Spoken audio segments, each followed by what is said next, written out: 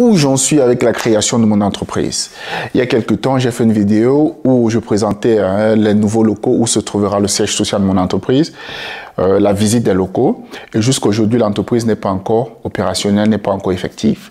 Donc, dans cette vidéo, je me propose juste de vous donner l'état d'avancement ou encore où est-ce que ça se trouve et quand finalement l'entreprise sera opérationnelle et je pourrai lancer les activités. Bonjour, si c'est la première fois que vous arrivez sur cette chaîne, moi c'est Lapiemo, je suis développeur logiciel. Sur cette chaîne, nous parlons de livres, de programmation informatique ou encore d'ingénierie logicielle. Comme je l'avais déjà expliqué, en fait, actuellement, je travaille comme indépendant personne physique. Donc, pour l'expliquer, globalement, en Belgique, il y a le statut de salarié, d'indépendant personne physique. Et ensuite, voilà, il y a dirigeant d'entreprise. Donc, quand nous sommes salariés, voilà, ça, je pense que ce statut-là, la plupart d'entre nous connaissons comment ça fonctionne. Hein.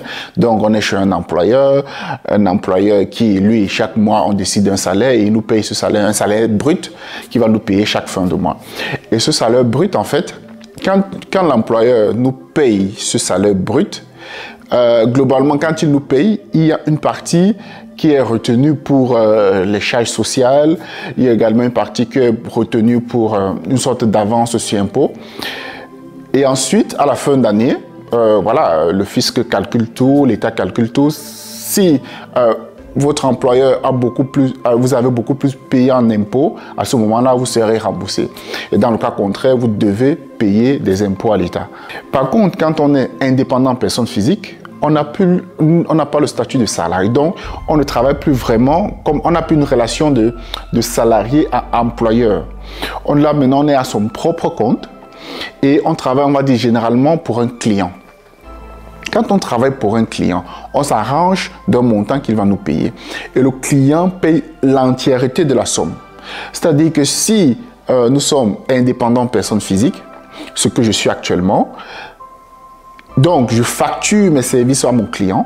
Donc je travaille pour un client, je facture mes services.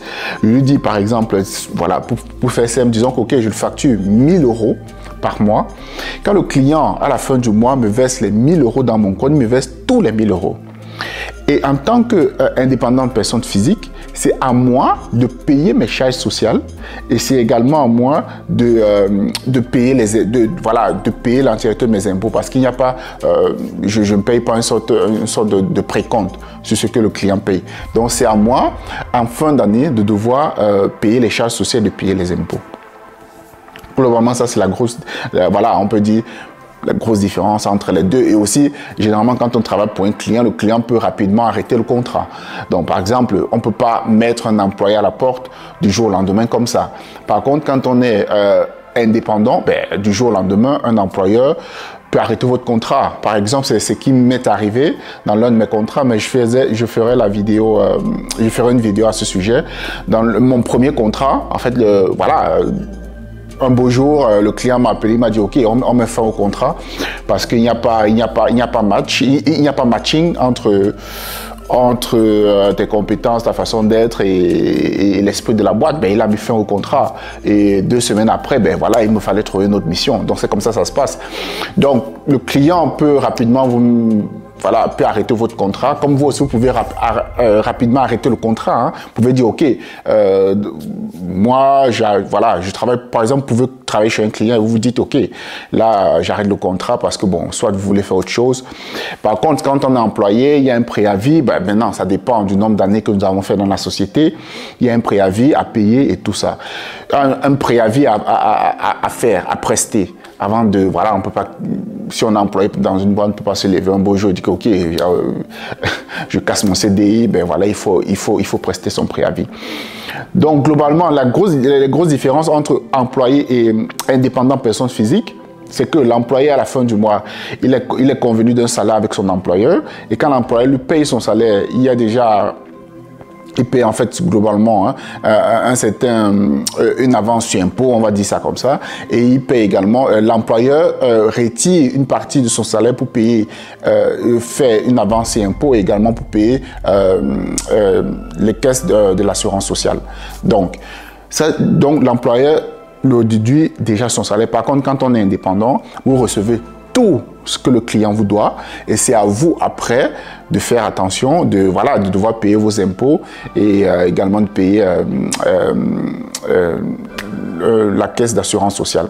Mais justement, j'en ai entendu, par exemple, j'en ai entendu pas mal d'entrepreneurs qui disent, en fait, j'en ai entendu pas mal d'indépendants personnes physiques qui disaient que, voilà, la première fois ou les premières années, ils ont vu tellement d'argent, mais ils ont cru que cet argent les appartenait entièrement.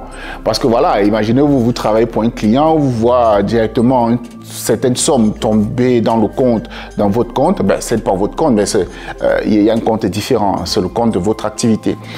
Et vous croyez que cet argent vous appartient, mais non, la totalité de cet argent ne vous appartient pas, parce qu'il faut payer, voilà, comme le dit, les impôts et tout ce qui touche à la sécurité sociale. Donc, ensuite, maintenant, comme je le disais, je suis indépendant en personne physique. Actuellement, j'ai pris la décision de passer en société, donc de créer une société. Et ça, c'est encore différent. Et quand on veut créer une société, justement, il faut... la société et nous, c'est deux personnes différentes. Donc, c'est deux entités différentes. Peut-être pour faire un rapide rappel, comme je le disais, quand on est indépendant en personne physique, comme je le suis actuellement, ce qui se passe, c'est que s'il y a des difficultés, par exemple, de payer des fournisseurs, dans mon cas, je n'ai pas vraiment des fournisseurs, parce que c'est plus la prestation de services dont je fais dans le développement logiciel. Mais supposons que vous tombez en faillite parce que vous n'arrivez plus à payer un certain fournisseur. Quand vous êtes indépendant, personne physique, on peut saisir vos biens. En fait, on peut saisir vos biens pour finalement payer vos créanciers.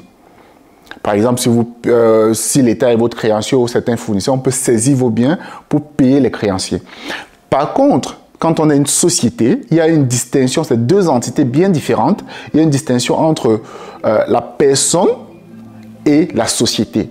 C'est-à-dire que quand on paye, ou bien quand maintenant, une fois que ma société sera mise en place, quand je vais facturer, quand la société facturer mes services à un client, c'est la société, c'est ma société qui va facturer le service. Et ensuite, le client va payer à la société. Et vu que je suis employé, et une fois la société mise en place, je serai employé dans la société également avec la casquette, ce qu'on appelle gérant d'entreprise. Donc, j'aurai la casquette de gérant d'entreprise, globalement également d'employé dans la société. Ça veut dire que la société qui reçoit les sous, et ensuite la société, voilà, je peux décider par exemple que je ne me verse pas de salaire. Ça, c'est une chose, parce que voilà, je veux récupérer l'entièreté de l'argent pour investir dans quelque chose d'autre. Mais ça, c'est encore des détails. Je pense qu'on fera une vidéo également dessus. Donc, je suis employé dans la société. J'aurai une fiche de salaire, parce que je serai salarié pour la société. Et, voilà, la société va me payer le salaire, payer toutes ses charges. Et voilà, et en fin d'année, s'il y a un certain bénéfice, après tout ça, la société doit payer d'impôts sur les bénéfices. L'impôt sur les bénéfices qui, lui, est faible par rapport à l'impôt des personnes physiques. Voilà, donc il y aura un bénéfice, il faut payer des impôts sur les bénéfices de la société.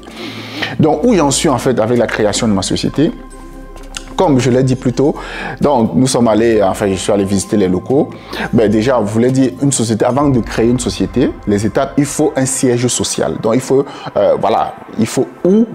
où est-ce que vous allez localiser votre société? Quel est le siège social de votre société? Ici, vu que je suis dans la prestation de services, on va dire, je pouvais très bien dire, par exemple, dire que, ok, je vais faire le siège social de ma société, je pourrais, par exemple, l'établir chez moi. Voilà, ça, c'est une possibilité. Mais ici, voilà, moi, je voulais avoir des bureaux parce qu'il y a une vision de grandir, de devoir recruter des gens. Dans ce que j'ai en esprit, par exemple, il y a également plein de projets sur lesquels la société va devoir travailler. Et également, je me suis rendu compte, moi, c'est une difficulté que j'ai eue, par exemple, de trouver un stage. Et l'idée, c'est que voilà, je pourrais travailler avec certains stagiaires qui pourront travailler dans la société, à qui je pourrais suivre et ils pourront avoir, ils pourront travailler, exercer les stages au sein de la société et voilà, développer des produits qui vont être lancés par la société. Globalement, c'est ça. Et également parce que je voulais avoir un endroit professionnel où je pourrais recevoir des clients. voilà, comme je l'ai dit, parce que la société va faire donc, la formation en développement logiciel. Donc, je vais souvent organiser des formations en présentiel et également des formations digitales. Donc, je voulais vraiment un cadre professionnel. Parfois, quand je vais développer des services, développer comment dirais-je, des applications personnalisées pour des clients bien précis, des sites internet, tout ça. Je voulais un endroit professionnel où je peux recevoir des clients et on discute par rapport à un certain nombre de choses. Et également, l'idée, c'est que c'est pouvoir recruter des développeurs avec qui nous allons travailler ensemble pour réaliser de la prestation de services, de développement de sites internet, d'applications pour des clients. Donc, globalement, c'est ça. Donc, je voulais vraiment un cadre professionnel. La raison pour laquelle, je ne sais pas si vous n'avez pas vu la précédente vidéo, vous pouvez aller la voir. J'étais allé faire la visite des bureaux. Et par contre, j'ai tellement parlé et je pense que... où j'en suis? Moi, comme je le disais, je pensais qu'à l'heure actuelle, parce que ça fait déjà 3 semaines que j'étais allé faire la visite des bureaux, moi je croyais qu'à l'heure actuelle où je suis en train de vous parler, la société sera déjà établie. Mais par contre, non. Parce qu'en fait, je me rends compte qu'il y a tout un processus, en fait, c'est purement administratif. Hein. Donc, c'est-à-dire que, une fois, parce que pour moi, il me fallait un siège social. Et où j'ai choisi d'établir mon siège social, c'est dans ce qu'on appelle généralement des espaces de coworking. Donc, une fois, globalement, ce sont on va dire, c'est une sorte d'entreprise qui va louer un grand espace, il va aménager un espace partagé pour des gens qui veulent venir travailler, et également des mini-bureaux. Donc, vous pouvez prendre un bureau, et là, le prix est relativement bon que de dire que voilà, vous allez aller louer un bureau par vous-même, quoi. Hein. Donc là, ils prennent un grand espace, ils aménagent en mini-bureau, en petit bureau. Et également, il y a également un espace partagé où les gens peuvent venir travailler. Il y a, voilà. Et vous pouvez choisir de prendre un bureau, et là, le prix est relativement bon. Donc, c'est ce que j'ai décidé de faire pour commencer.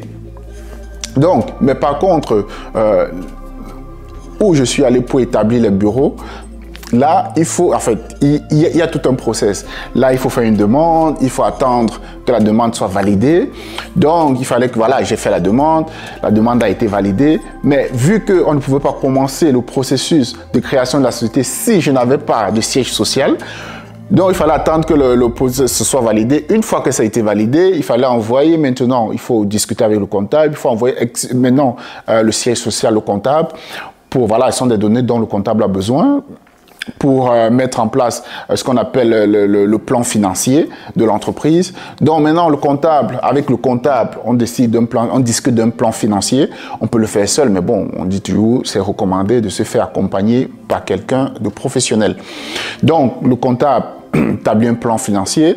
Avec le plan financier, une fois que le plan financier est validé, le comptable seulement l'envoie maintenant chez le notaire. Le comptable l'envoie chez le notaire et puisqu'il faut un compte, l'envoie chez le notaire. Et avant d'aller chez le notaire, il vous faut un compte bancaire professionnel, un compte bancaire de société. Il faut un compte bancaire de société. Donc, il faut aller voir une banque. Vous allez créer votre compte bancaire de société.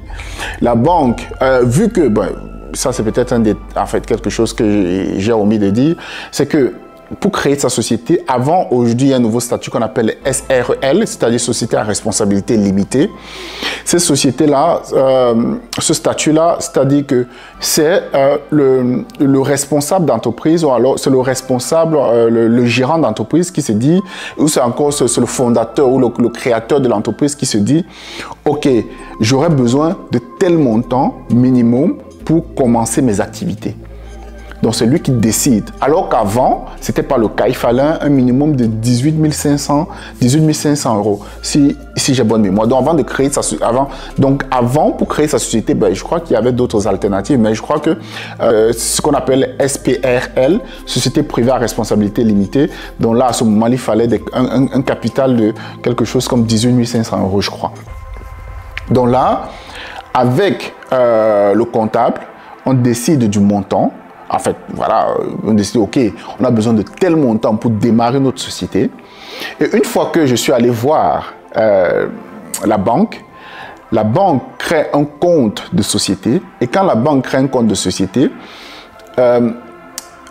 comment dire, la banque, le notaire, non, la banque prend contact avec le notaire, je ne sais plus si c'est le notaire qui prend contact avec la banque. Le notaire ensuite, la banque ne donne pas, comment dirais-je, la banque ne donne pas accès au compte jusqu'à ce que le montant décidé pour le début d'activité soit versé. C'est-à-dire que si vous avez décidé que, ok, quand je débute mon entreprise, j'ai besoin au départ, par exemple, prenons un exemple, vous dites que, ok, j'ai besoin au départ de 100 euros. Voilà, c'est un exemple que je prends. J'ai besoin de 100 euros.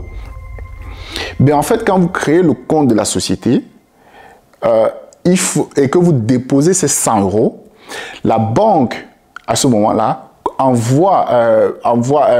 transmet l'information au notaire pour dire que, ok, les fonds dont il a mentionné comme nécessaires pour créer sa société ont été déposés dans le compte bancaire.